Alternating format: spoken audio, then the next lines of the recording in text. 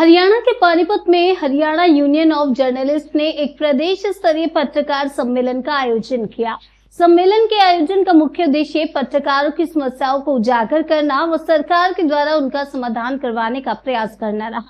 सम्मेलन में बड़ी संख्या में पत्रकारों ने भाग लिया। जहां हरियाणा के पत्रकार आयोजन में शामिल हुए, वहीं दिल्ली प्रदेश के पत्रकार भी सम्मेलन में भाग लेने के लिए पहुंचे। हरियाणा यूनियन ऑफ जर्नलिस्ट के राष्ट्रीय अध्यक्ष आरपी वशिष्ठ ने बताया कि जो पत्रकार यूनियन से जुड़े हैं उनको शीघ्र ही हरियाणा सरकार की ओर से घर बनाने हेतु प्लाट दिलवाया जाएगा। उन्होंने कहा कि वह प्रशासन से मांग करेंगे कि पत्रकारों के लिए प्रतिमा गुजारा भत्ता निश्चित करें। वहीं सम्मेलन मुख्य अतिथि हरियाणा सरकार के राज्य पंचायत मंत्री महिपाल डाड ने बड़ी सहनशील पूर्वक पत्रकार की समस्याओं को सुना। उन्होंने आश्वासन दिया कि वे शीघ्र पत्रकारों की समस्याओं को लेकर प्रदेश के मुख्यमंत्री नायब सिंह सैनी से बात करेंगे और उनकी समस्याओं का शीघ्र से शीघ्र समाधान करवाएंगे। उन्होंने ये भी कहा कि पत्रकार संघ उन्हें ऐसी योजनाएं लिख कर दे जिससे कि पत्रकारों को शीघ्र लाभ मिल सके, जैसे एजुकेशन, हेल्थ, मकान बनाने के लिए प्लॉट इत्यादि। उन्होंने कहा कि इसमें कोई दो राय नहीं कि पत्रकार कठिन परिश्रम करने के बाद भी बहुत सी समस्याओं से जूझते रहते हैं। वह सबकी समस्याओं का हल करने की कोशिश करते हैं, परंतु अपनी समस्याओं को कभी भी किसी के आगे नहीं उठा पाते। महिपाल डाड ने कहा कि वह शीघ्र पत्रकारों की जो छोटी छोटी समस्याएं हैं इनका समाधान करेंगे। पानीपत शहरी क्षेत्र के विधायक प्रमोद विज ने भी आश्वासन दिया कि वह जितना हो सकेगा उतना प्रयास करेंगे। उन्होंने कहा कि पत्रकारों की समस्याएं गंभीर हैं, इनका समाधान होना चाहिए। पानीपत रिफाइनरी से आए ML दरिया ने कहा कि वह हमेशा पत्रकारों के साथ है। पत्रकारों के लिए उनके मन में एक बड़ा सम्मान है, क्योंकि पत्रकार ही एक ऐसा वर्ग है जो कैसी भी परिस्थिति हो समाज की समस्याओं को हमेशा उठाता रहता है। उन्होंने कहा कि वह यथाशक्ति प्रयास करेंगे कि पत्रकारों की जो भी समस्याएं हैं उनका समाधान हो सके। दिल्ली प्रदेश अध्यक्ष हरेंद्र कौशल ने कहा कि पत्रकारों को दुर्घटना की स्थिति में 1 करोड़ रुपए मुआवजा मिलना चाहिए व सरकार को चाहिए कि पत्रकारों का 1 करोड़ का इंश्योरेंस करवाए। नए पत्रकारों को 10,000 रुपए व वरिष्ठ पत्रकारों को जो 20 से 25 साल तक काम कर चुके हैं उनको 25,000 रुपए प्रतिमाह गुजारा भत्ता मिलना चाहिए। दिल्ली प्रदेश प्रभारी सचिन शर्मा ने कहा कि सभी पत्रकारों को एजुकेट होना चाहिए और ताकि प्रशासन उनके काम में बाधा न डाल सके। और सम्मेलन में उपस्थित सभी पत्रकारों ने अपने विचार रखे। आइए दिखाते हैं किसने क्या कहा। कि जब पत्रकारों के हितों की बात होती है तो कोई भी संगठन काम करे, हमारा प्रयास होता है कि हम एक दूसरे का सहयोग व्यवस्था करें। और मैं आरपी वशिष्ठ जी के बारे में बताना चाहूंगा कि पत्रकारों के कुछ दिन पहले कार्ड काट दिए और कितनी बार इन्होंने सीएम तक के चक्कर लगाए और अपनी बात को उठाया और उसी का परिणाम है कि बहुत सारे लोगों के कटे हुए कार्ड दोबारा से बन के आए। लेकिन कहीं ना कहीं अभी भी उसके अंदर एक संशय है, तो मैं प्रधान जी से फिर कहना चाहूंगा कि उस संशय को भी दूर करवाएं ताकि आने वाले समय में इस प्रकार की परेशानी दोबारा से पत्रकारों के बीच में ना आने पाए। इसमें आपका स्वागत करता हूँ और सबसे आह्वान करता हूँ सभी एकजुट होकर मैं सभी पत्रकार भाइयों से बहनों से अपील करता हूँ कि सभी एकजुट होकर काम करें और जनता की आवाज को उठाएं। प्रतिद्वंदी तो हम जरूर है, लेकिन वो हम फील्ड में है, उसके बाद हम सब मित्र हैं। कोई छोटा भाई है तो कोई बड़ा है तो कोई अपना इसी में चाचा है, कोई ताऊ है। यहाँ पर सब बैठे पड़े हैं और मंच पर विराजमान हमारे डीपीआर साहब का भी बहुत बहुत अभिनंदन की वो भी यहाँ पर पहुंचे हैं। हमारे प्रधान जी का यहाँ पर पहुंचने पर स्वागत, सभी भाइयों का यहाँ पर स्वागत। और एक चीज मैं कहूंगा कि आप लोग अगर हम कहीं गलती करते हैं तो कई लोग हैं गलती ना बताने की वजह हमारी टांग खींचने का काम करते हैं या फिर खिल्ली उड़ाते हैं। तो मेरी हाथ जोड़ के आप सबसे प्रार्थना या निवेदन, अगर हम कहीं गलती करते हैं तो आप लोग एक बार जरूर छोटा भाई समझ के, अपना बच्चा समझ के या जो भी आप समझते हैं एक बार जरूर बताएं कि आप यहाँ गलती कर रहे हैं, आप इस गलती को सुधारो। अगर उसके बावजूद भी हम लोग इस गलती को नहीं सुधारते तो फिर आप लोग जो कहे हम उस सजा के हकदार हैं। बस यही कहना चाहूंगा। और एक बार मैं ये जरूर नारा लगाना चाहूंगा, बोलिए पत्रकार एकता। हरिया जी,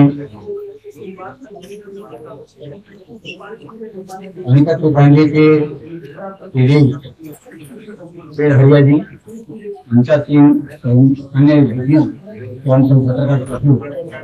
इस कार्यक्रम का आप लोगों ने आयोजन किया, आप लोगों को बहुत बहुत बधाई, बहुत बहुत बधाई, बहुत बहुत शुभकामनाएं।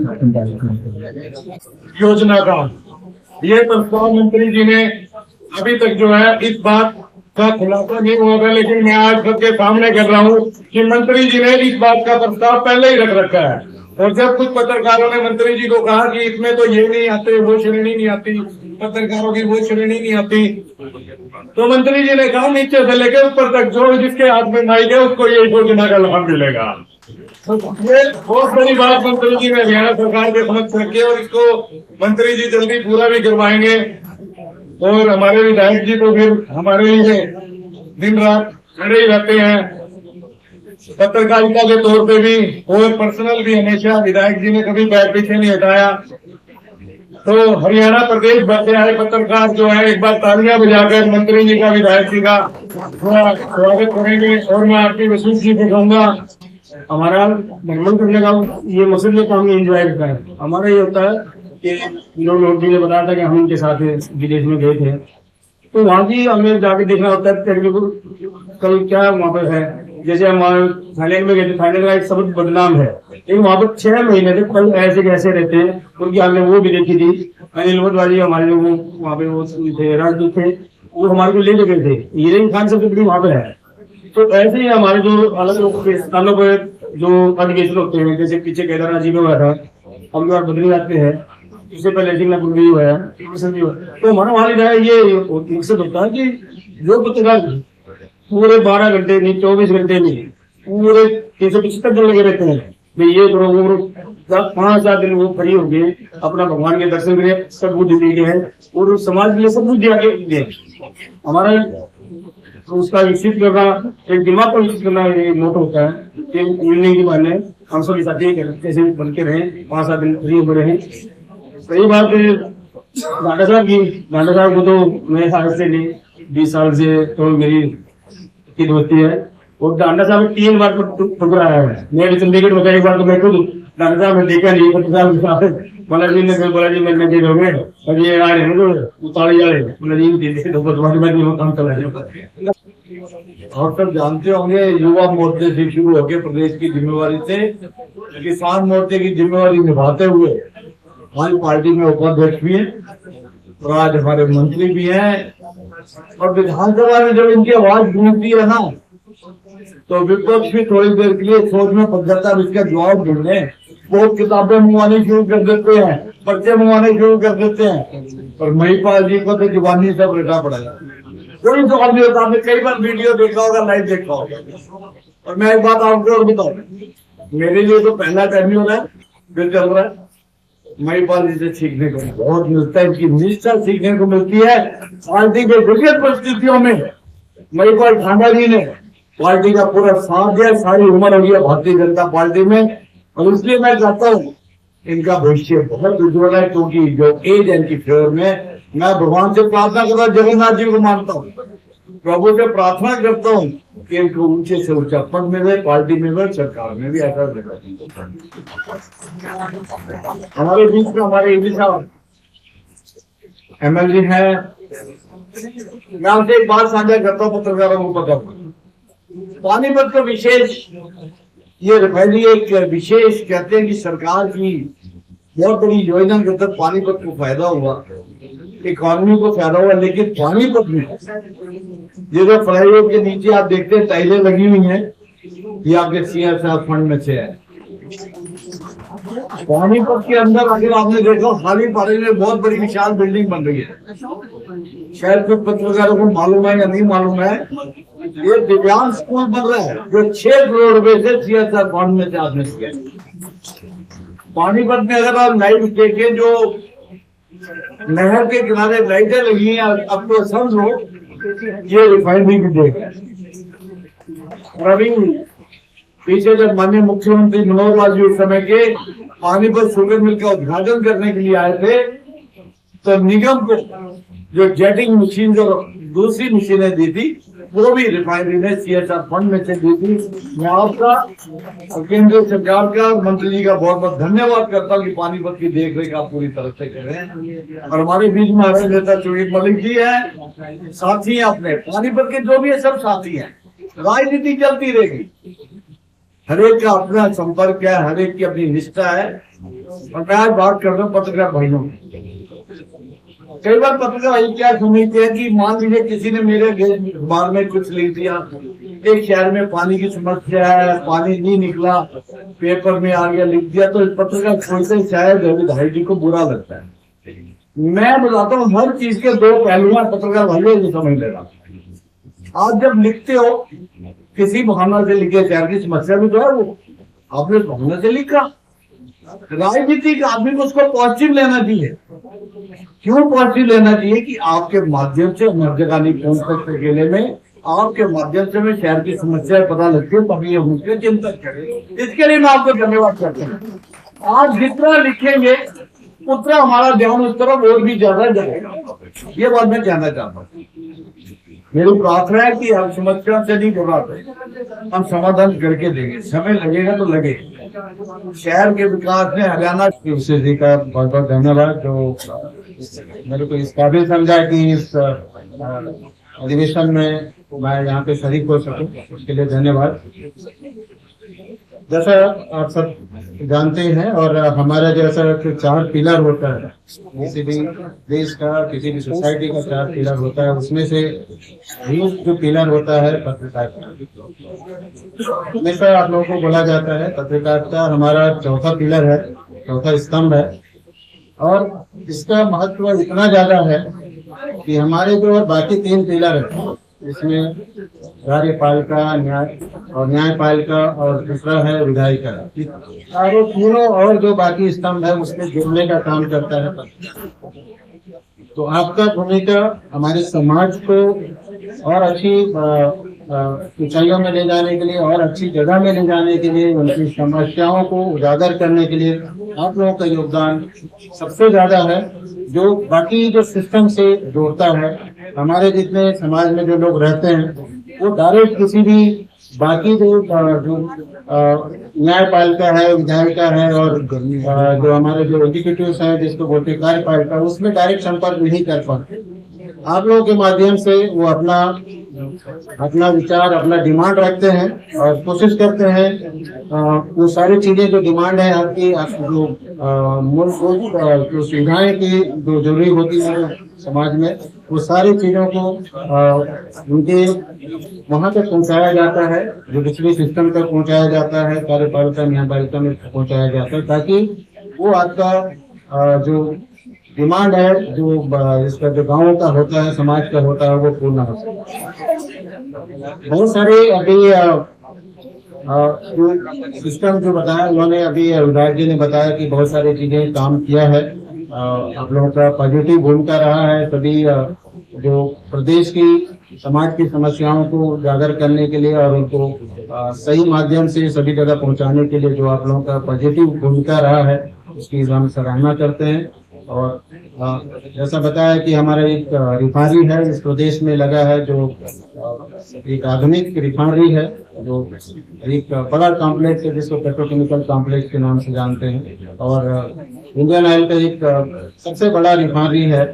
और जिस तरह का संचालन रिफाइनरी का होता है, इतना बड़ा रिफाइनरी है, तो उसमें प्रदेश सरकार को भी और जो राष्ट्रीय सरकार को भी उसमें पॉजिटिव हम लोग का देन है, जिसमें एक तो पेट्रोलियम जो भी प्रोडक्ट्स है उसकी डिमांड को पूरी करते हैं हम लोग नॉर्दर्न रीजन्स में।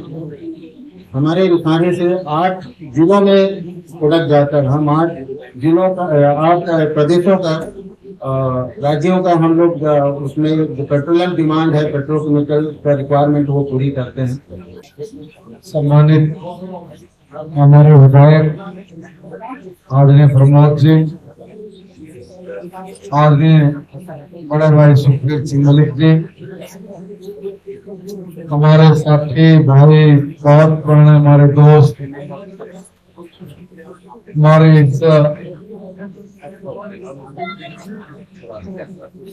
पत्रकारों के अध्यक्ष आदरणीय बड़े भाई वशिष्ठ जी, और मुझे अभी पता लगा कि सौरभ को भी उपाध्यक्ष बना दिया है, बहुत बहुत बधाई। हमारे रिफाइनरी के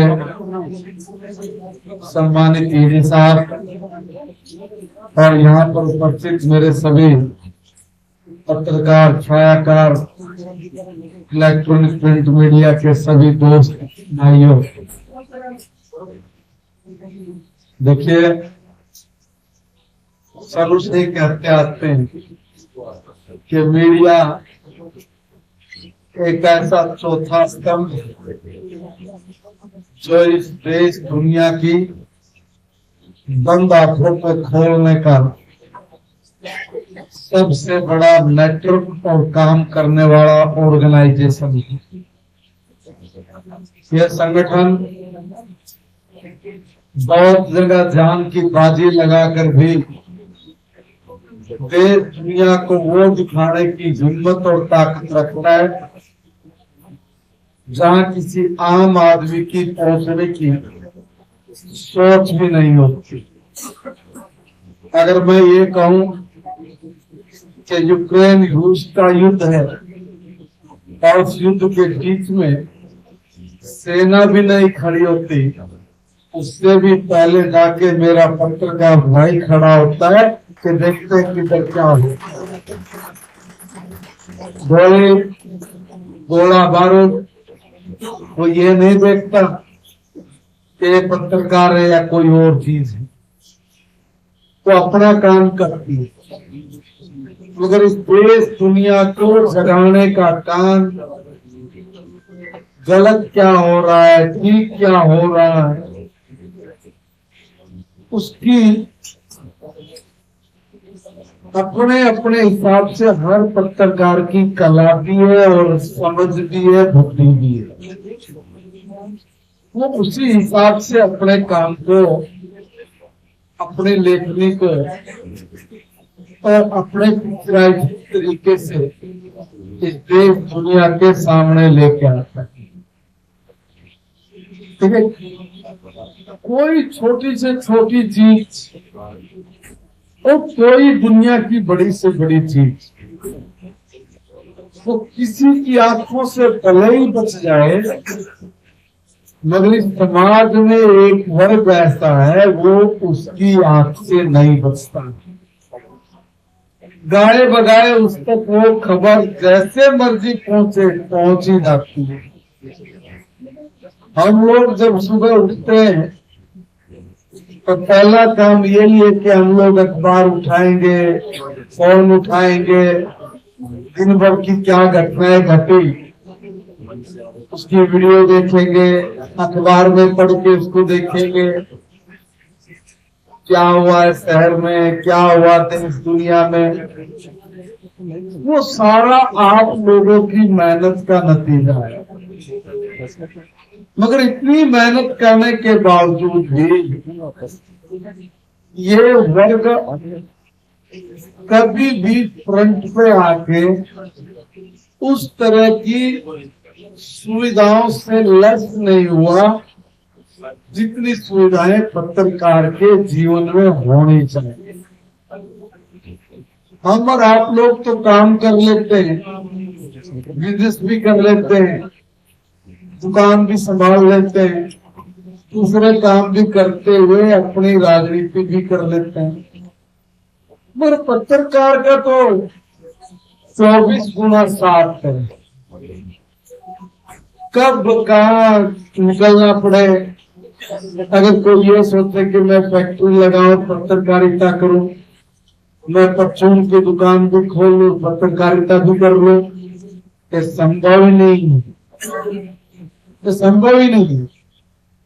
होल टाइमर इस समाज की सेवा करने वाला वर्ग बहुत सारी चीजों से वंचित है। अनेक सरकारें आई, हर सरकार में हर व्यक्ति के साथ पत्रकार का सीधा घनिष्ठ संबंध भी होता है। तो नतीजा क्या, कि 1966 से लेके आज तक इस पत्रकार जमात की तरफ कम दृष्टि क्यों गई? ऐसा भी नहीं कि आप लोगों ने कभी जिक्र ना किया हो, ऐसा भी नहीं हो सकता कि जिक्र करने के बाद आप शांत बैठे हो। कोई न कोई अपनी एसोसिएशन का व्यक्ति जरूर अपने समाचार जगत के लोगों की बात को गाए बगाए सरकार के सामने जरूर रखता रहा होगा। मगर मैं एक निवेदन करना चाहता हूं कि एक बात सरकार को जरूर सोचनी चाहिए, जरूर करनी चाहिए कि हमारे कुछ ऐसे पत्रकार जिनको सही मायने में पारिवारिक दृष्टि से अगर वो कमजोर है, कहीं पिछड़ गया है, तो जरूर उसको उन मूलभूत सुविधाओं का हिस्सा बना देना चाहिए जिसके लिए वो सही मायने में हकदार है।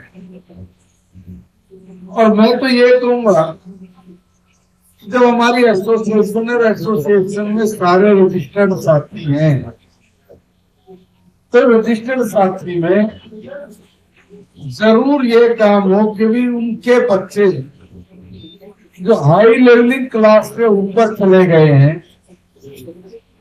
उसमें उनकी कोचिंग में, उनके किसी कोर्सेज के एडमिशन में जरूर सरकार को कुछ रियायत करके उनके हौसले को थोड़ा उड़ान की तरफ लेके जाने की स्कीम जरूर लेके आनी चाहिए, जरूर लेके आनी। और मैं कोशिश करूंगा कि जरूर मेरे पत्रकार भाइयों को बच्चे हैं जिन्होंने हाई एजुकेशन को क्रॉस कर लिया है, तो कोई होटल मैनेजमेंट में जाना चाहता होगा, कोई बीसीए करना चाहता होगा, कोई दूसरे तरह के ऐसे स्पेशल कोर्सेज करना चाहता होगा, तो उसमें जरूर उनको कुछ ना कुछ छूट मिले। अगर सरकारी इंस्टीट्यूशन है, ये सही है कि भाई उसमें हम लोग सारा काम मेरिट पे होता है, सारी बात है, मगर जरूर 2, 4, 5% सीट या 5 सीट जरूर वहां पर एक कोटे के नाम की जरूर रखनी चाहिए। जो सारी चीजें खत्म हुई हैं, उनमें से कुछ चीजें कुछ लोगों के लिए जरूर रखनी चाहिए। मैं इस चीज का पक्षधर हूँ और मैं प्रयास करूंगा कि कुछ इस तरह का मामला निकल सके कि हमारे बच्चों को उनके मन माफिक पढ़ाई करने में हमारे मुंह की तरफ नहीं तकना पड़े, बल्कि हमारा बच्चा शान से जाके ये कहे कि मैं इसमें एडमिशन ले रहा हूँ और मुझे मेरे पापा की तरफ से ये रिस्पेक्ट होता है। तो ये काम दिखने में बड़ा ऐसा वैसा लगता होगा और ये बहुत टफ और मुश्किल होते हुए भी इसको आसान कैसे बनाया जाएगा। मेरे हिसाब से सारे प्रदेश में 1700-1800 के आसपास में कितनी संख्या बनती है पत्रकारों की? 2,500 से ऊपर है, 1750। वही समझ में आ रहा था कि इतनी संख्या आप लोगों की बनती है, मगर मैं निवेदन करूंगा कि उसमें कितना बेटर से बेटर हो सकता है। इस तरह का हमारा जो फ्यूचर है, मेरा जो परिवार, उस परिवार के बच्चे को कहाँ एजुकेशन में सेटअप किया जाए, उसको कहीं स्टैंड किया जाए, उसको कोई दिक्कत नहीं आए, तो इस तरह की व्यवस्था जरूर करनी चाहिए। मैं आदरणीय वित्त साहब से भी निवेदन करूंगा कि आप तो इतने पढ़े लिखे हैं नहीं जितना आप, तो आपके कमी पढ़ा लिखा उसमें जरूर हमारी मदद करें, क्योंकि आप भी लोग भी मदद करें कि क्या हो सकता है। मैंने तो एक लाइन दी है इसमें आप लोग अगर कुछ सोच के बताएंगे कि देख भाई ये अगर हो जाए तो हमारे बच्चों के लिए ज्यादा अच्छा हो सकता है। दूसरी बात, जैसे वशिष्ठ जी ने कही कि एक 100 गज का प्लाट, तो देखिए जिंदगी भर जो आदमी कॉपी पेन लेके या मोबाइल या कैमरा लेके घूमता रहता है, उसके बेचारे के अपने सपने भी पूरे नहीं हो पाते ना। उसको ये पता होता है कि बच्चे क्या कर रहे हैं, परिवार को कैसे चलाना है। वो बाकी काम करने वाले लोगों की तरह नहीं सोच पाता। उसकी खोपड़ी में खबर घूमेगी, उसकी खोपड़ी में नेता घूमेगा, उसकी खोपड़ी में कहाँ कम कहाँ ज्यादा क्या चल रहा है यही चलेगा। ये तो निकल ही जाता है कि मेरी बेटी है, उसकी पढ़ाई की व्यवस्था चलो जैसे तैसे करके आदमी करता है, मगर जितना फ्रीक्वेंटली हम लोग सोच सकते हैं, हम लोग अपने परिवार का करते हैं, उतना आप लोग नहीं कर पाते। और मैं ये कोशिश करूंगा और सरकार से बात भी करूंगा कि भाई इन लोगों के लिए कोई न कोई ऐसी व्यवस्था जरूर की जाए कि जब हम लोग हाउसिंग फॉर ऑल की बात कर रहे हैं तो उसमें कोई स्पेशल स्कीम डालो। स्पेशल स्कीम में ये लोग अप्लाई करें और अप्लाई करके इन लोगों को भी अपने सपनों का घर मिल सके। बच्चों को इनको तो जरूरत ही नहीं है, तो ऐसे घूमेंगे बात, चाहे बारिश आ रही हो चाहे आंधी तूफान चल रहा हो, आपने तो ऐसे आपके सपनों का घर नहीं, परिवार के सपनों का घर उसको मिले। ये बहुत अच्छी मैं कहूंगा आपकी पहल है, डिमांड है, और ये डिमांड जरूर पूरी हो। उसके लिए मैं भी और आदरणीय वित्त साहब भी दोनों मिलकर सरकार में एक दो दिन में बात करेंगे। ये डिमांड हम तो पूरी होगी है, ये एक दो दिन में हम लोग चंडीगढ़ जाएंगे।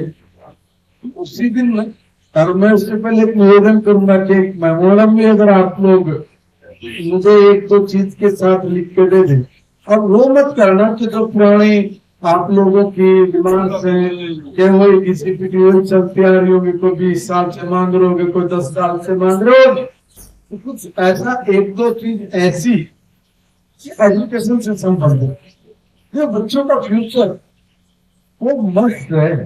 इसलिए हमारे अपने बच्चे, उनकी बहुत सारी सपने हैं, मगर हो सकता है किन्हीं कारणों से वो बेचारे मन में सोच के रह जाते हूँ।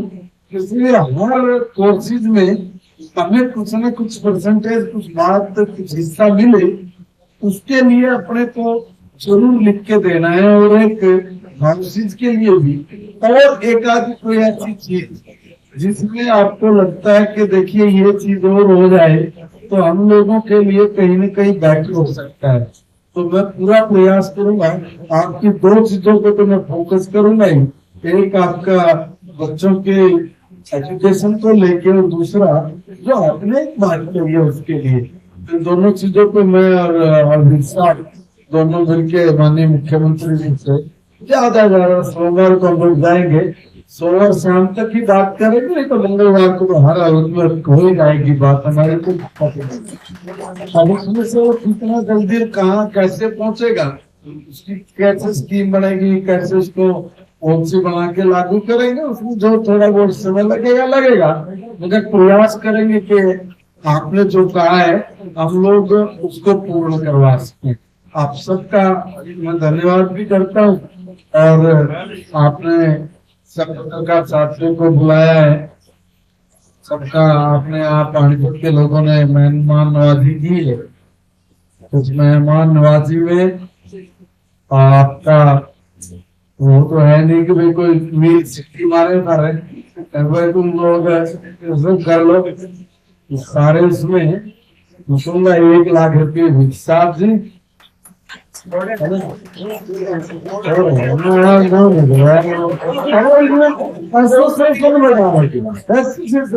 यार मारे कौन सा पेपर लाओ, चोरी ठगी करवा लगे, वो ईमानदार निकलने की बात है। और 2 लाख देते नहीं बात है। उसका क्या है तो भाई अगर उधर चोर डाके का रास्ते निकालने को तो ऐसा भी होता हम करते ना हम करते हैं परिवार जितना आज के पीछे पूरे काम नहीं जरूर करना हो रहा है। बिल्कुल ठीक है, बहुत अच्छा है। बारी पंद्रह को CSR करो भाई, जो हमें करते तो हो गया 5 हो देंगे ना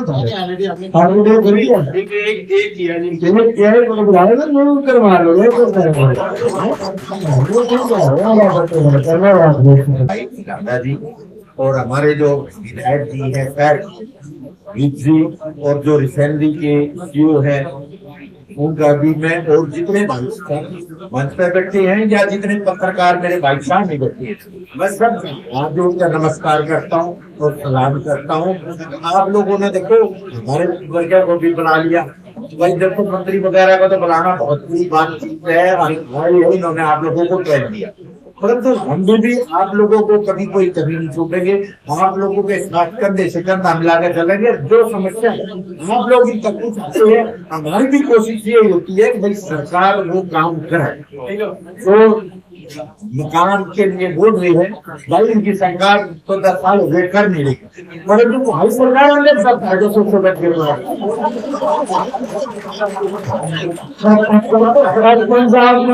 पत्रकारों का बहुत ही फायदा जरूर देंगे, हम जरूर करें। पंजाब में तो बहुत ही पैदा हुआ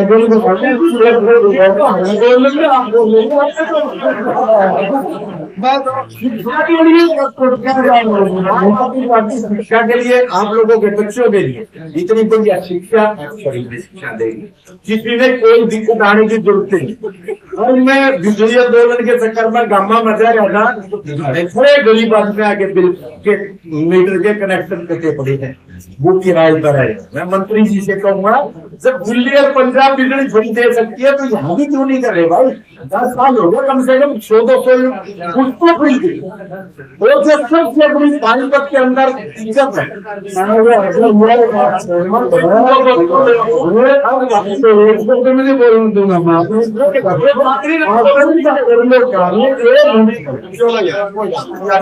मंत्री जी को मैं तो थोड़ी बहुत बात जो भाई एक शब्द भी हम राजनीति नहीं करते, हम पत्रकार भाइयों से दिल से स्वागत करते हैं, नमस्कार करते हैं।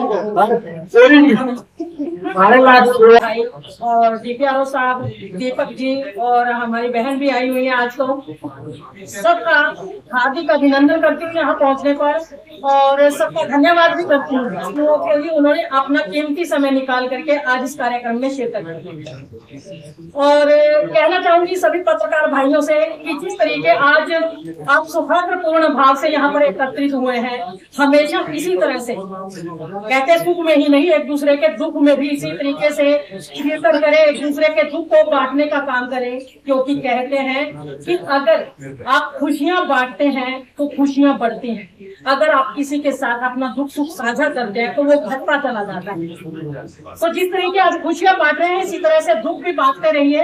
और रही बात अपने फील्ड की, तो पत्रकारिता का फील्ड वो फील्ड है जो अपने दुख दर्दों को भुला करके दूसरों के दुख दर्दों में हम लोग शरीक होते हैं, और दूसरों की समस्याओं के लिए भले ही अपने घर में कितनी समस्या आ जाए, अगर किसी का हमारे पास फोन आ जाए तो ये होना।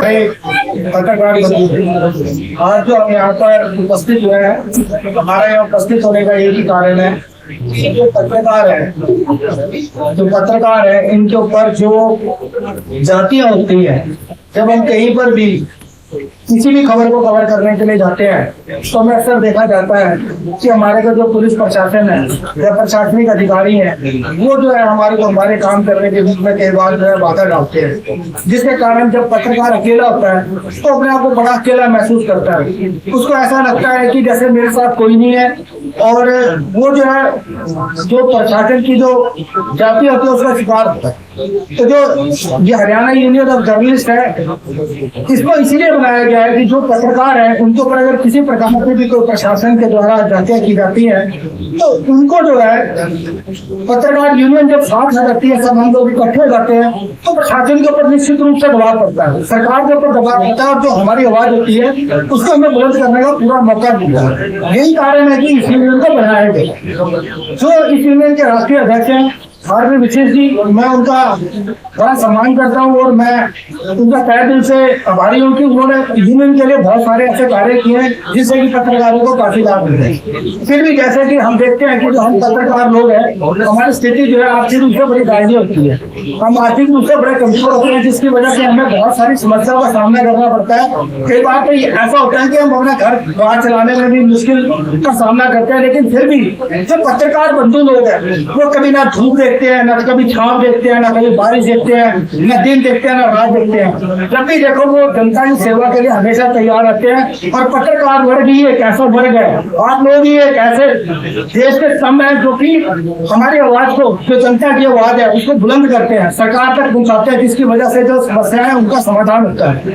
लेकिन फिर भी जो पत्रकार है उनकी जो स्थिति के ऊपर जो ना तो सरकारें गंभीर है, ना ही कोई और उनके बारे में सोचता है। जो पत्रकार है अगर उनके साथ कोई दुर्घटना हो जाती है, जैसे कि जब हम कोई ऐसा विषय उठाते हैं जो कि सरकार से भ्रष्टाचार जिसमें लिप्त होता है, या हमारे पत्रकार भाई जब भी कोई ऐसी खबर लेके आते हैं तो कुछ एक अराजक तत्व ऐसे होते हैं जो कि उनको धमकियां देते हैं, उनको डराया जाता है, उनको धमकियां देकर ये कहा जाता है कि अगर आपने खबर चलाई तो आपके विरुद्ध ऐसी कार्रवाई की जाएगी। लेकिन फिर भी पत्रकार डरते नहीं है, चलाते हैं। लेकिन कई पत्रकार ऐसे भी है जिन्होंने ऐसी घटनाओं के बीच में अपनी जान तक दे दी है। तो मैं ये कहूंगा कि जो पत्रकार है सरकार को चाहिए कि उनका बीमा करवाए, ताकि उनको अगर कोई इस प्रकार की घटना हो जाती है तो कम से कम 1 करोड़ रुपया उनको मिलना चाहिए। और जो पत्रकार लगभग 10 साल से काम कर रहे हैं और या कर रहे हैं, जो जूनियर पत्रकार है और जो सीनियर पत्रकार जो 25 साल से काम कर रहे हैं, उनको लगभग जो है 15 से लेकर 25,000 रुपए तक प्रति माह जो है गुजारा भत्ता मिलना चाहिए, ताकि उनका घर बार चल सके। तो इस प्रकार की बहुत सारी ऐसी योजनाएं हैं जो कि हमारी जो यूनियन है उनको लेकर चल रही है। जो आवाज विकास प्राधिकरण है उसको चाहिए कि कम से कम पत्रकार को एक ऐसा घर तो उपलब्ध करवा दे जो चाहे no profit no loss basis पे हो, ऐसी जमीन दिला दे जिससे कि पत्रकार अपना घर बना सके और घर बनाकर रह सके। ऐसी बहुत सारी समस्याएं मेरे दोस्तों, लेकिन सबसे कम है जिनको कि जो यूनियन है ये बहुत जरूरी है कि अगर हम यूनियन का साथ देंगे, हम सब यूनियन के साथ जुड़ेंगे तो ये यूनियन जो है हमारी आवाज को उठा सकेगी। और इसी चीज को लेकर हम भी हरियाणा के में आज आए हैं, यहाँ पर पानीपत में जो अधिवेशन किया जा रहा है, ऐसा ही हम एक दिल्ली में भी अगस्त के आखिरी हफ्ते के बीच में करने जा रहे हैं। मैं आप सबसे प्रार्थना करूंगा कि आप ज्यादा संख्या में पहुंचे, और जब तक हम इकट्ठे नहीं होंगे, हमारी यूनिटी नहीं होगी, नहीं हम सरकार के ऊपर दबाव बनाएंगे, सारे एकत्रित होकर नहीं चलेंगे, तब तक हमारी मांगों का जो है उनको पूरा नहीं किया जाएगा। ज्यादा समय न लेते हुए नई शब्दों के साथ अपनी वाणी को विराम देता हूँ। कोई भी अच्छा नहीं है, गुनगुनी भी अच्छी नहीं है, लोग जो है कई तरह के भ्रम जो है पाल लेते हैं। तो मेरी बात में आपसे, आप सभी साथी मिलकर रहे, एक दूसरे का साथ दें, सब न करें,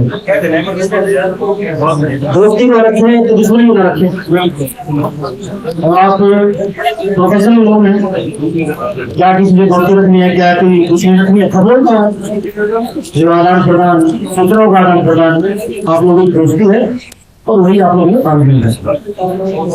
कुछ लोग जो है एक दूसरे को देखकर कुंठित रहते हैं, कुंठा मन में पाले रहते हैं, तो वो भी मेरी गुजारिश है एक दूसरे को नीचा दिखाने की कोशिश न करें, कुंठा न पाले, बड़ों का सम्मान करें। कई बार हम देखते हैं कि आप जो सीनियर जर्नलिस्ट हैं कई साल जिन्हें पत्रकारिता में हो गए हैं, और हमारे नए जमाने के कुछ लोग जो पत्रकारिता से जुड़े हैं वो आते हैं और उनका स्थान भी लेते हैं। कई बार हमें कहना पड़ता है कि सम्मान लेने के लिए आप दूसरे को बिठा लीजिए।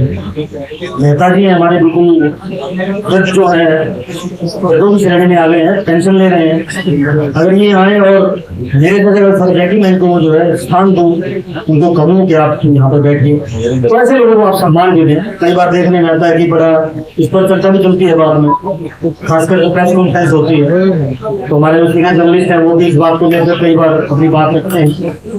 तो ये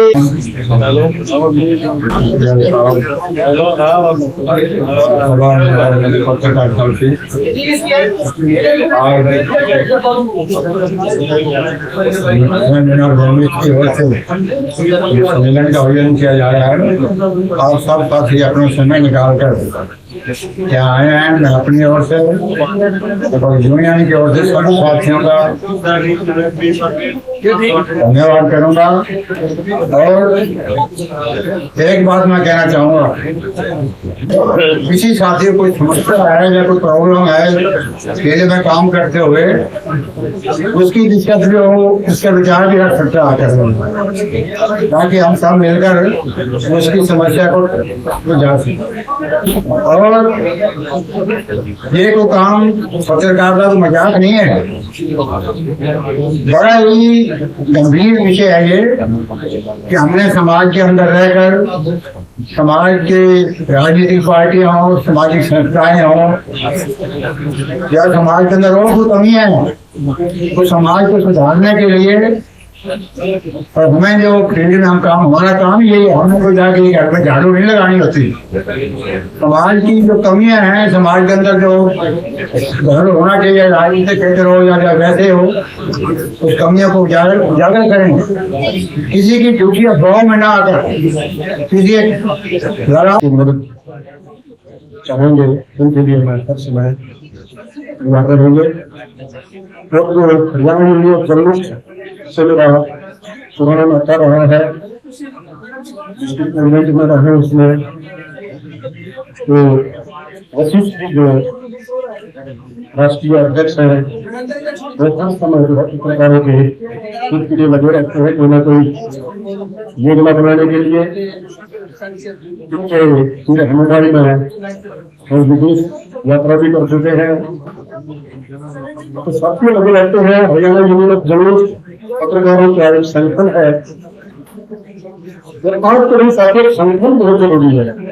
जैसे कि अभी मेरे से पहले जो साथी दिल्ली के वक्ता बोल रहे थे, क्योंकि किसी को सॉल्व करने के लिए झाड़ू होते ही जो सीट को से सफाई नहीं हो सकती, जब तक झाड़ियों में जीवन की मुख्य नहीं होती तब तक सफाई नहीं होती है।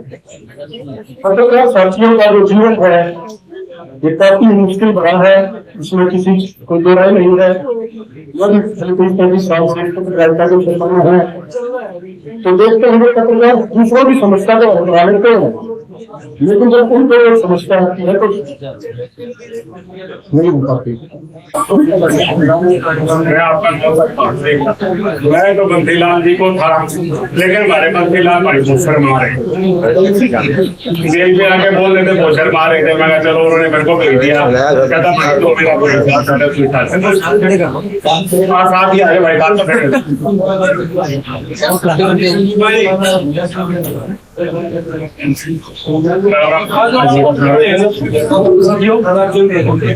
बिल्कुल जी बिल्कुल।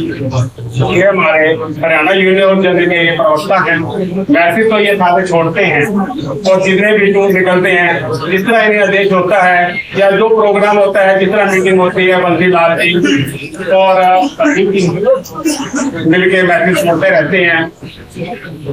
हरियाणा यूनियन ऑफ जर्नलिस्ट एक परिवार है, जो सारे पत्रकार भाई हैं, जिधर हम सारे काम में बिजी रहते हैं।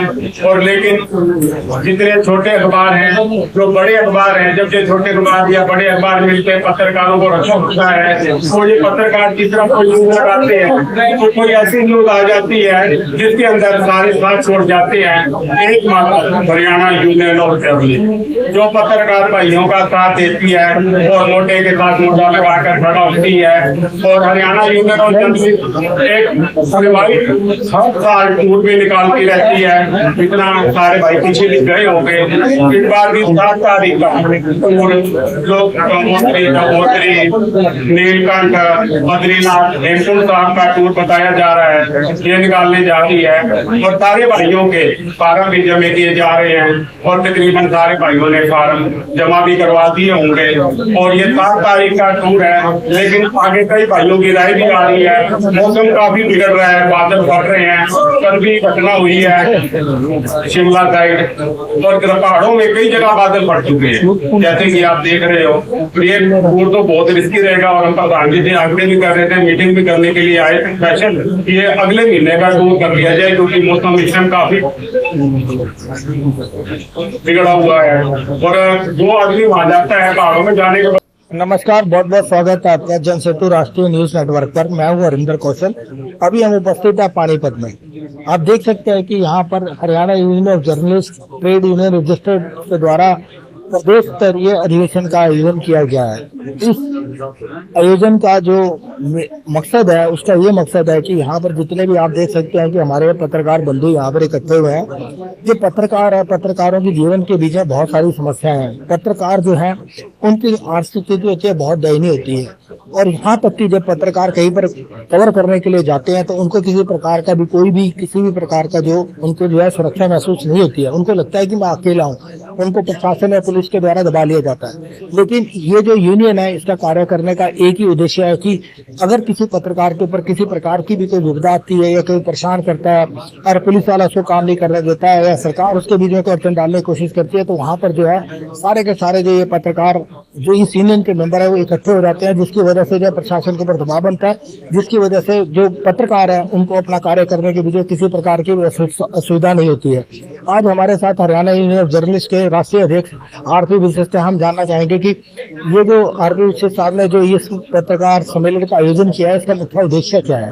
इसका जो आपने जैसे कि प्रदेश स्तरीय आज यहाँ पर पत्रकार सम्मेलन का जो आयोजन किया है, जिसके बीच हरियाणा यूनियन ऑफ जर्नलिस्ट के आप राष्ट्रीय अध्यक्ष हैं, मैं आपसे जानना चाहूंगा कि सर जो ये अधिवेशन है, इसका मुख्य उद्देश्य क्या है?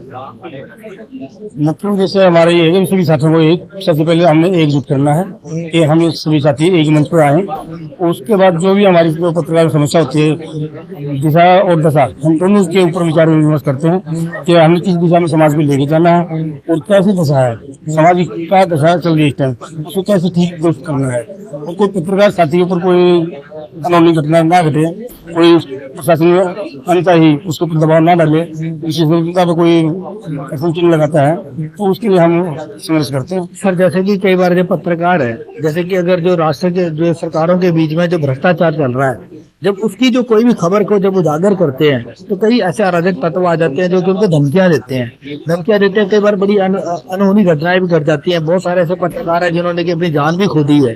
तो सर जो आपकी यूनियन है, इस प्रकार की जो घटनाएं घटती हैं उसके लिए किस प्रकार के कदम उठाती है? मैं आपको बताना चाहता हूँ कि हरियाणा के अंदर हरियाणा एकमात्र यूनियन है जिसमें लगभग 1750 के आसपास मेंबर हैं। यदि कोई मतलब वरिष्ठ अधिकारी तंग करता है तो हम सभी को इकट्ठा करके और उसका धरना प्रदर्शन हम शुरू कर देते हैं और उसको न्याय दिलाने की पूरी भरसक प्रयास करते हैं। तो सर जैसे जो पत्रकार है, इनकी जो आर्थिक स्थिति बहुत दयनीय रहती है। आपने देखा कि जो पत्रकार है इनको कोई बंदी इनकम तो है नहीं, है ना। बहुत सारे बहुत ही कम चैनल ऐसे हैं जो कि पत्रकारों को तनख्वाह देते हैं, नहीं तो जो है न्यूज बेचकर ही अपना बेचारे गुजारा करते हैं, किस प्रकार से चलाते हैं। लेकिन सर जैसे कि पत्रकार है, अगर उनके साथ कोई अनहोनी घटना घट जाती है, तो जैसे कि सपोज किसी पत्रकार की मृत्यु हो जाती है, तो उस स्थिति के बीच में जो हमारी यूनियन है वो तो जो भी है आप चंदा इकट्ठा करके देते हैं, लेकिन सरकार की तरफ से क्या आपको नहीं लगता कि ऐसी योजनाएं होनी चाहिए कि 1 करोड़ रुपए का कम से कम बीमा हो पत्रकार का, ताकि उस पत्रकार को मिल सके? हमने ये हरियाणा के अंदर पहले किया। सबसे पहले तो यहाँ पर पत्रकारों के लिए एक तो पेंशन हमने लागू करवा दी 15,000 मंथली, तो 60 साल के पत्रकार होते हैं। उसके बाद जो दुर्घटना होती है तो मीडिया रात को हमारी यूनियन के प्रयास से मुख्यमंत्री मनोहर लाल जी ने अलग से रात को सुना दिया है, तो 5 लाख तक की मृत्यु के बाद उनको दिया जाता है। ये सभी पत्रकारों का श्रेय है जो इकट्ठे थे और हरियाणा गवर्नमेंट ने ये बातें मान ली। अब हम नेशनल लेवल पर भी ये काम करवाने जा रहे हैं कि समय समय पर जो भी हमारे मंत्रालय लगेंगे उनको हम ये दबाव डालना चाह रहे हैं कि ये जो हरियाणा में हो गए काम, तो ये दिल्ली में भी, राजस्थान में भी, यूपी में भी, हर जगह ये मतलब पॉलिसी लागू हो जो हरियाणा के अंदर पॉलिसी है। मैं पत्रकारों में आर्थिक स्थिति के लिए थोड़ा बहुत कुछ मिल सके। यहाँ पर पत्रकारों को यदि कोई बीमार हो जाता है तो मेडिकल के लिए उसको पैसा मिलता है, 2.5 लाख तक कोई भी पत्रकार है, तो हम इसको 5 लाख तक करवा रहे हैं और कैशलेस पॉसिबिलिटी इसको हम दिलवा रहे हैं। जैसे कि सरकारी कर्मचारी होता है, ऐसे ही हमारा सरकार के साथ प्रयास चल रहा है, वो हमारे को उसमें कैशलेस में डालने में लगभग तैयार है, प्रिंसिपल चुकी है लगभग। तो ऐसा ही हम चाहेंगे कि पूरे हिंदुस्तान में ऐसा हो। सर जैसे कि हरियाणा न्यूज जर्नलिस्ट जो है, जैसे पत्रकार है, उनके ऊपर बहुत ज्यादा स्ट्रेस रहता है, बहुत ज्यादा हमेशा देखते हैं तो वो टेंशन के बीच में रहते हैं, क्योंकि पत्रकारिता का जो क्षेत्र है एक बहुत ही तो एक स्ट्रेस वाला क्षेत्र है। तो सर इसके लिए जैसे कि आपकी यूनियन हर साल जो है टूर लेके जाती है ताकि थोड़ा जो पत्रकार है वो भी जो है इसका एंजॉय कर सके, अपनी लाइफ को थोड़ा सा बदल सके। तो सर इस बार जैसे कि आप बद्रीनाथ जा रहे हैं तो उसके विषय में जैसे कि लोग देख रहे हैं, पत्रकार देख रहे हैं, उनको क्या संदेश देंगे? हम ये जो टूर नहीं होता और शैक्षणिक टूर होता है हमारा, हम अधिवेशन ऐसी रहती है धार्मिक स्थल पे ही लगे। इससे हमारा केदारनाथ जी में लगा था, इससे पहले लगा था, उसके बाद शनि धाम में लगा है हमारा। तो हम सोचते हैं भी जो पत्रकार इतने डिप्रेस में रहता है तो उसका थोड़ा कुछ समय के लिए मतलब एंटरटेनमेंट हो जाए और वहाँ की जो भौगोलिक स्थिति है देख सके, जिससे पत्रकार अपने आप को महसूस करता है कि भी अब भगवान के वहाँ जाए तो हमारा दिमाग रिलैक्स है।